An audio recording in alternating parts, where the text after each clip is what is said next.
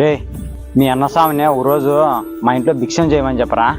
పక్కకు పో, మీలాంటి ఇంట్లోకి మా స్వామి భిక్షానికి రాలా. అది కాదురా, నాకు అయ్యప్ప స్వామి అంటే చాలా ఇష్టము, నాకు మాల వేసే శక్తి లేదు అందుకనే. నీకు చెప్తే అర్థం కదా, అయినా మన స్వామి నీతో మాట్లాడు కదా, ఎందుకు వస్తాడు మీ ఇంట్లోకి?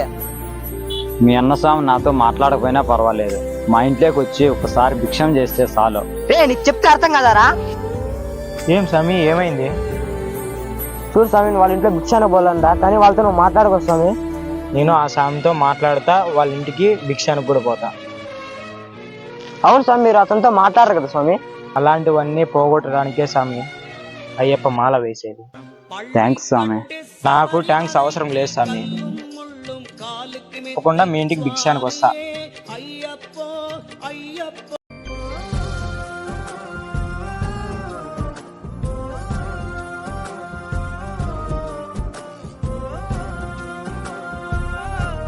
అన్నా ఏం బుజ్జి, ఏం కావాలా?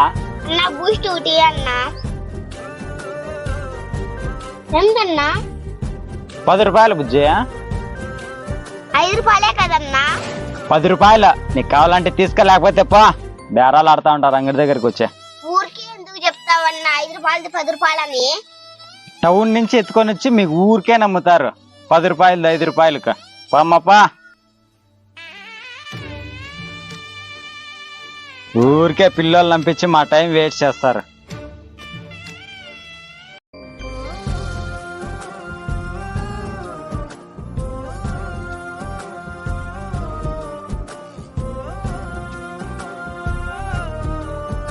మన ఊరి నుంచి సిటీకి ఎందుకు వచ్చినావరా?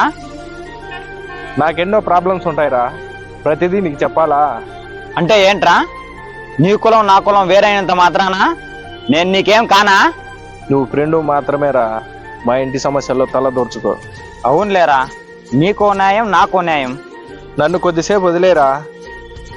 వదిలేసిందిరా, నువ్వు ఎలా పోతే నాకేమని వదిలేసిందో. కాకపోతే నువ్వు నా కోసం ప్రాణాలు పోగొట్టుకోవడానికి కూడా సిద్ధపడ్డావు చూడు, అప్పటి నుంచి నా ప్రాణం నీ దగ్గర ఉందిరా.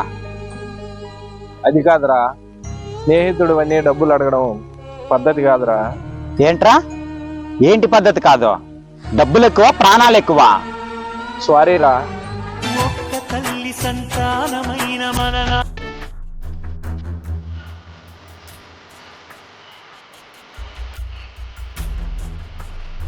యాట్కమ్మా ఓ నెగేసుకుంటే అట్లా పోతుండారా? స్కూల్ కన్నా అది కనపడతానే ఉంది, ఓ అని తిప్పుకుంటూ పోతా ఉంటే. మేము స్కూల్ కి మామూలుగానే పోతున్నామన్నా. అవును పాపా, నాకు తెలియక అడుగుతాను, మీకు ఆడపిల్లలకి చదువు అవసరమేం పాపా? మీకు చదువుకుంటే తప్పేమన్నా? చదువుకుంటే తప్పేం లేదు, కానీ మీలాంటి అనాథ ఆడపిల్లలు చదువుకుంటేనే ఏం బాగుండదు. ఎందుకన్నా పిల్లలు ఎలా మాట్లాడుతున్నావు?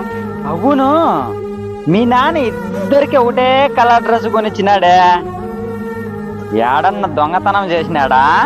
మా నాన్న అలాంటి రోడ్డు కాదన్నా, మా నాన్న మమ్మల్ని కష్టపడి చదివిస్తున్నాడు. ఓ అబ్బా, ఎవరు చదవని చదువు మిమ్మల్ని చదివిస్తాడలే మీ నాయన. పోండమ్మా పోండి. నీ యొక్క పిల్లని నాన్న, అమ్మ చెప్పింది కూరగాయలు తేళ్ళంట. కూరగాయలకు డబ్బులు లేదు ఇప్పుడు ఎలా? సరేలే, కూరగాయలు తీసుకుని వద్దాంపా. ఇదే లేక కూరగాయల చెట్టు. నీకేమన్నా తిక్కేలేడే, అది కూరగాయల చెట్టు కాదు, చింతకాయ చెట్టు. ఇది చింత చెట్టే, చింతకాయలు కూడా ఓ రోజు పచ్చడి చేసుకొని తినచ్చు. రా, ఎవరు చింతకాయలు పెరుగుతున్నది? మేమేలే బుజ్జి, పచ్చడి కోసము కొన్ని కాయలు కోసుకుందామని వచ్చినమ్మా. పోతావా ఫస్ట్ చెట్టు దగ్గర నుంచే చింతకాయలు పెరుక్కుంటే ఏకగా నాన్న. ఈ చెట్టు వాళ్ళదేనమ్మా, అందుకనే. కనీసం కూరగాయలు కూడా గతి లేకుండా ఎలా బతుకుతున్నారయ్యా? ఇవును కోడి చేయటంట కదక్క.